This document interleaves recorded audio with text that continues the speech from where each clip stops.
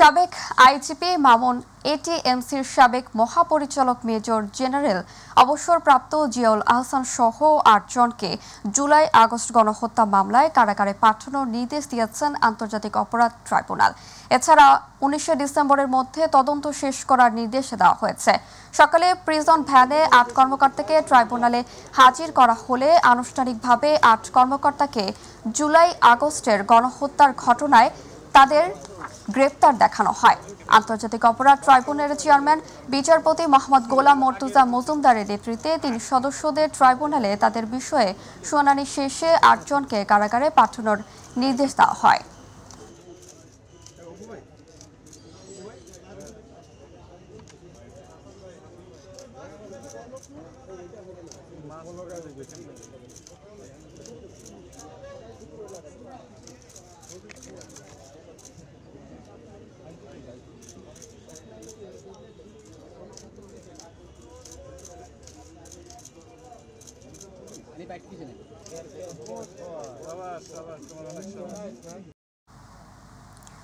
দর্শক, এই মুহূর্তে আন্তর্জাতিক অপরাধ ট্রাইব্যুনালে আছেন সহকর্মী আবু সাঈদ অপু। যুক্ত হচ্ছি তার সাথে।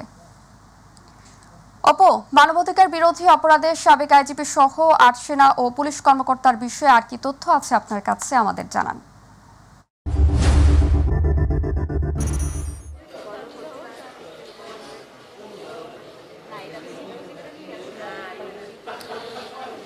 শাওন, আপনাকে ধন্যবাদ। আপনার মাধ্যমে আমি দর্শকদেরকে জানাতে চাই যে ৪৬ জনের বিরুদ্ধে ছাত্র জনতার গণ অভ্যুত্থানের সময় যে হত্যাকাণ্ডের ঘটনা ঘটেছিল এবং যে মানবতা বিরোধী ঘটনা ঘটেছে, সেই ঘটনার প্রেক্ষিতে কিন্তু দ্বিতীয়বারের মতো আজকে ৮ জন পুলিশ কর্মকর্তার মধ্যে একজন সেনাবাহিনীর কর্মকর্তাও ছিলেন।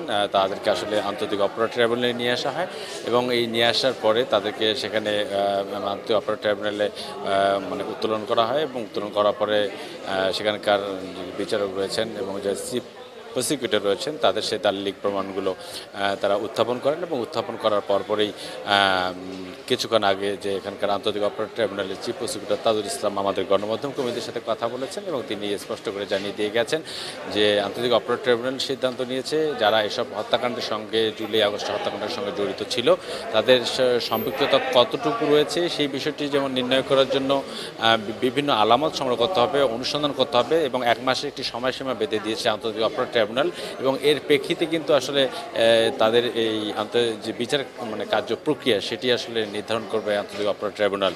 তো আসলে এখন পর্যন্ত এই ছিল আমার কাছে আন্তর্জাতিক অপরাধ ট্রাইব্যুনাল থেকে সর্বশেষ খবর।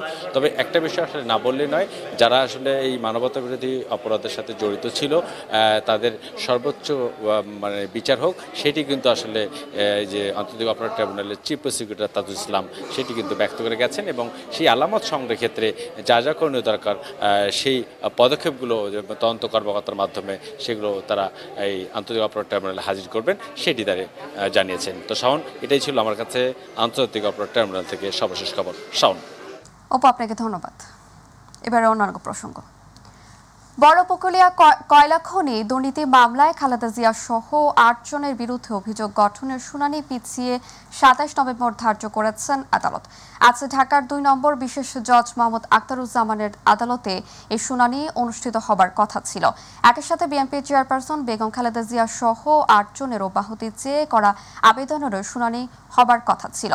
২০১৭ সালে ২৮ মে মামলা বাতিলের জন্য খালেদা জিয়ার আপিল আবেদন খারিজ করে হাইকোর্ট। বড়পুকুরিয়া কয়লা খনি বিষয়ে চীনা কোম্পানির সঙ্গে করা চুক্তিতে ১৫০ কোটি টাকারও বেশি রাষ্ট্রীয় ক্ষতির অভিযোগে ২০০৮ সালে সাবেক প্রধানমন্ত্রী খালেদা জিয়া সহ ১৬ জনের বিরুদ্ধে মামলা করে দুদক।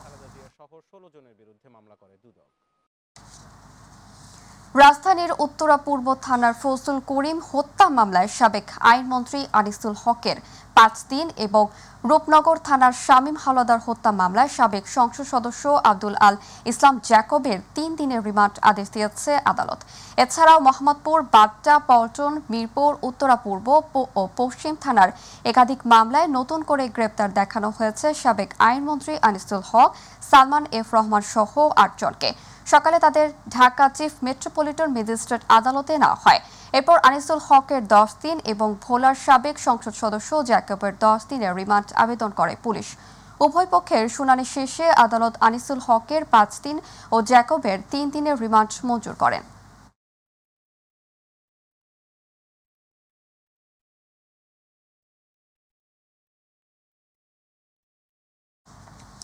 প্রথমবারের মতো সচিবালয়ে চলছে উপদেষ্টা পরিষদের বৈঠকে প্রধান উপদেষ্টা ডক্টর মোহাম্মদ ইউনূসের সভাপতিত্বে এই বৈঠক অনুষ্ঠিত হচ্ছে। সকালে সচিবালয়ের প্রধান উপদেষ্টাকে সচিবালয়ে অভ্যর্থনা জানান আইন উপদেষ্টা ডক্টর আসিফ নজরুল ও শিল্প উপদেষ্টা আদিলুর রহমান খান। অন্তর্বর্তীকালীন সরকার গঠনের পর আজই প্রথম সচিবালয়ে অফিস করেছেন প্রধান উপদেষ্টা। এদিকে গণহত্যা সহ মানবাধিকার বিরোধী অপরাধী মামলার বিচারের জন্য আন্তর্জাতিক অপরাধ ট্রাইব্যুনাল আইন সংশোধনের খসড়া উঠেছে উপদেষ্টা পরিষদের বৈঠকে। মঙ্গলবার এক সংবাদ সম্মেলনে আইন, বিচার ও সংসদ বিষয়ক উপদেষ্টা ডক্টর আসিফ নজরুল সাংবাদিকদের এই কথা জানান।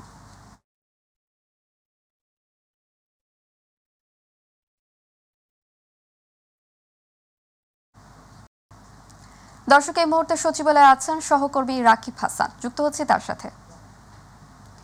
রাকিব, প্রথমবারের মতো সচিবালয় উপদেষ্টা পরিষদের বৈঠক চলছে, অংশ নিয়েছেন প্রধান উপদেষ্টা ডক্টর ইউনূস।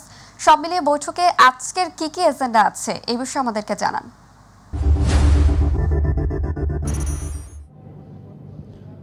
ধন্যবাদ শাওন আপনাকে। আসলে আপনি যেমনটি বলছিলেন তার সূত্র ধরে যদি বলি যে অন্তর্বর্তীকালীন সরকার ক্ষমতা গ্রহণের পর আজ কিন্তু প্রথমবারের মতো প্রধান উপদেষ্টা এই সচিবালয়ে অফিস করছেন, অর্থাৎ সচিবালয়ে তার প্রথম কর্মদিবস এবং সচিবালয়ে তার জন্য নির্ধারিত যে অফিস কক্ষটি রয়েছেন সেখানেই তিনি অফিস করছেন এবং আজকে তিনি উপদেষ্টা পরিষদের বৈঠকে অংশ নিয়েছেন।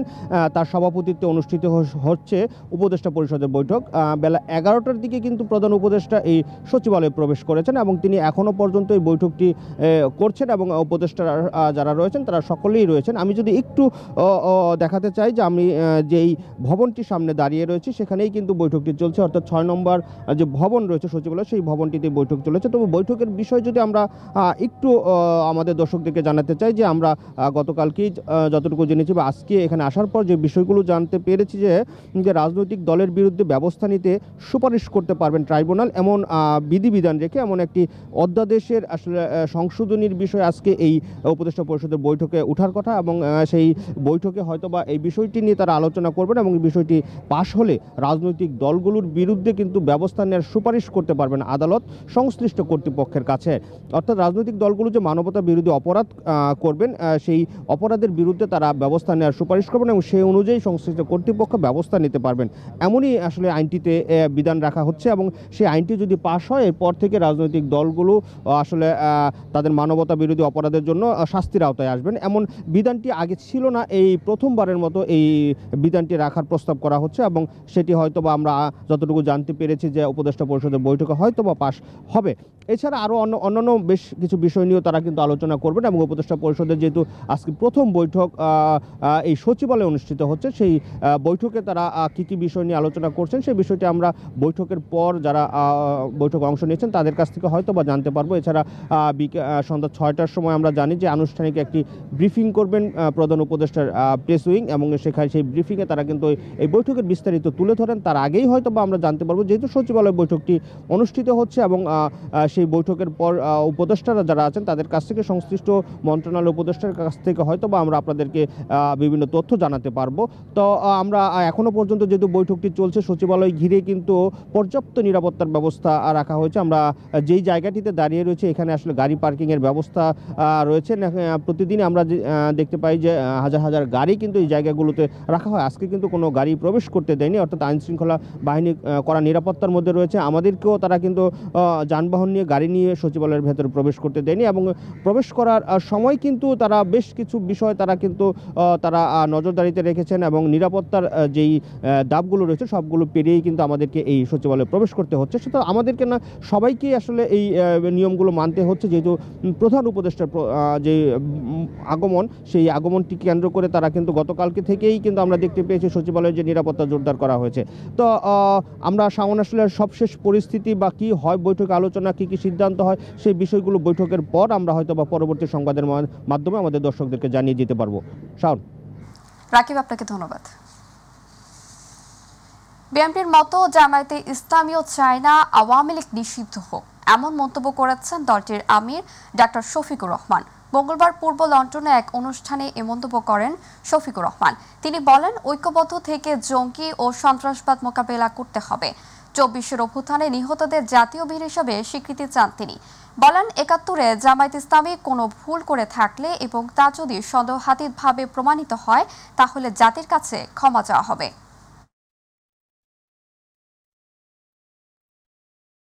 আমরা যদি কোনো ভুল করে থাকি, সত্যি যদি এটা উইদাউট এনি কোয়েশ্চেন এটা যদি প্রমাণ হয় সন্দেহাতীতভাবে, আমি দায়িত্ব নিচ্ছি, আমি ক্ষমা চাবো জাতির কাছে ইনশাআল্লাহ। বিএনপিকে কোর্ট করে বলেছেন যে তারা চায় না আওয়ামী লীগ নিষিদ্ধ হোক, এটা তো ক্লিয়ার।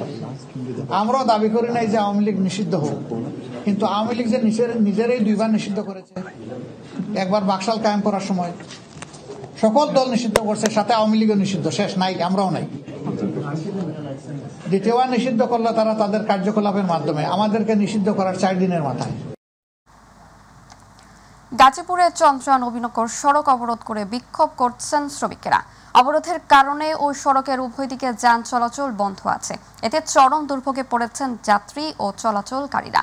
সড়ক বন্ধ থাকায় অনেকেই বিকল্প সড়ক দিয়ে যাতায়াত করছেন। গতকালও গাজীপুর মহানগরী জিরানী ও চক্রবর্তী এলাকায় ডোরিন ফ্যাশন লিমিটেড ও বেক্সিমকো ইন্ডাস্ট্রিয়াল পার্কের শ্রমিকরা চন্দ্রা নবীনগর সড়ক অবরোধ করে বিক্ষোভ করেন। সকাল ৮টা থেকে শ্রমিকরা বকেয়া বেতনের দাবিতে সড়ক অবরোধ করে আন্দোলন করেন।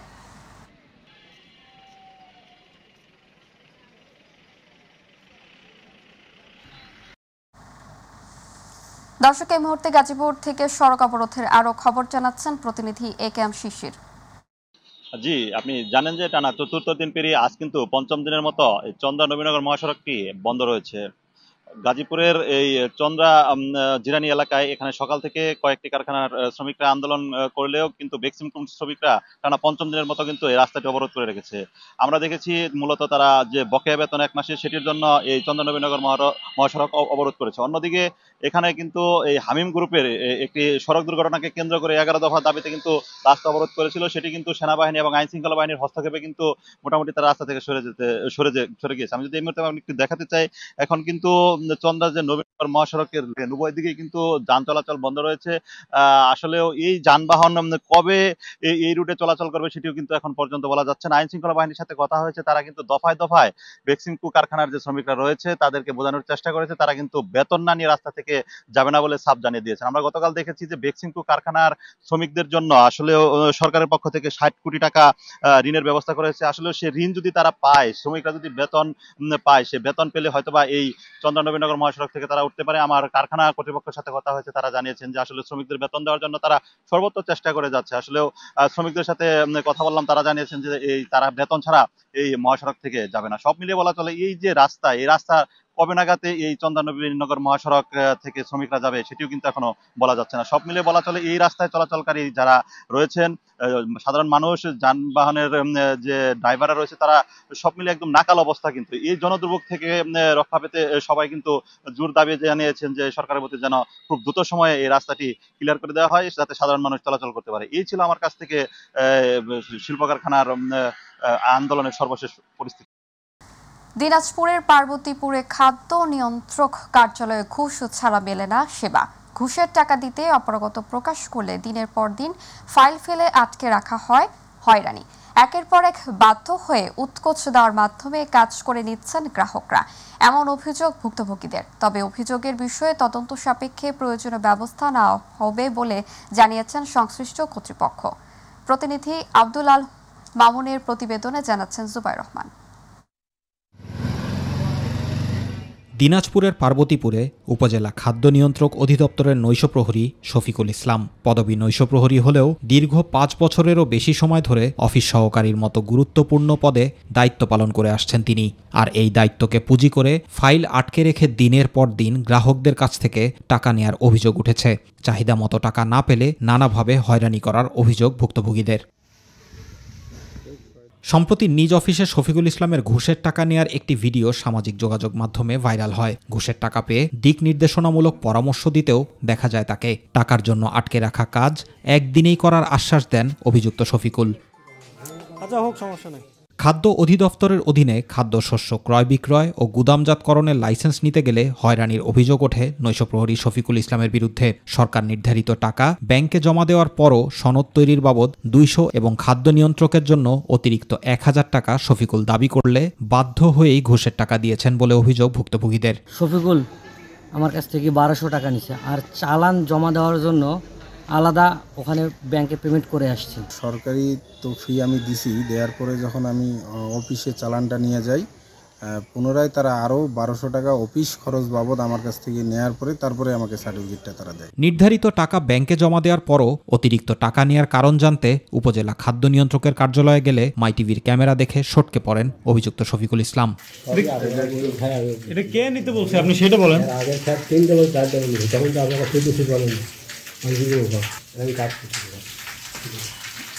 এ ঘটনায় অভিযুক্ত উপজেলা খাদ্য নিয়ন্ত্রক মাসুদুর রহমানের কাছে তার নামে টাকা তোলার বিষয়ে জানতে চাইলে ক্যামেরার সামনে কথা বলতে রাজি হননি তিনি। এদিকে বিষয়টি অবগত নন উল্লেখ করে তদন্ত সাপেক্ষে প্রয়োজনীয় ব্যবস্থা নেওয়া হবে বলে জানিয়েছেন এ কর্মকর্তা। বিষয়টি আমি আপনার কাছ থেকে অবগত হলাম, হ্যাঁ, জি, আমি বিষয়টি যাচাই করে ব্যবস্থা গ্রহণ করব। Zubair Rahman, My TV news. সংবাদ শেষ করব অমঙ্গলে গ্রামের খবর দিয়ে। সড়কের পাশ দিয়ে একে বেঁকে চলছে এক আধা পাকা রাস্তা। এই রাস্তা ধরে এগুলি মঙ্গলপুর গ্রাম। নাম মঙ্গলপুর হলেও কোনো এক অমঙ্গলের ধাওয়ায় গ্রামটি ছেয়ে পালিয়েছে বাসিন্দারা। প্রতিনিধি সরওয়ার হোসেনের রিপোর্ট, জানাচ্ছেন ইলিয়াস কমল। একসময়ের কোলাহলপূর্ণ গ্রামটি আজ জনবসতি শূন্য। শুনতে অবাক লাগলেও এমনটি হয়েছে ঝিনাইদহের কোটচাঁদপুর উপজেলার মঙ্গলপুরের ক্ষেত্রে।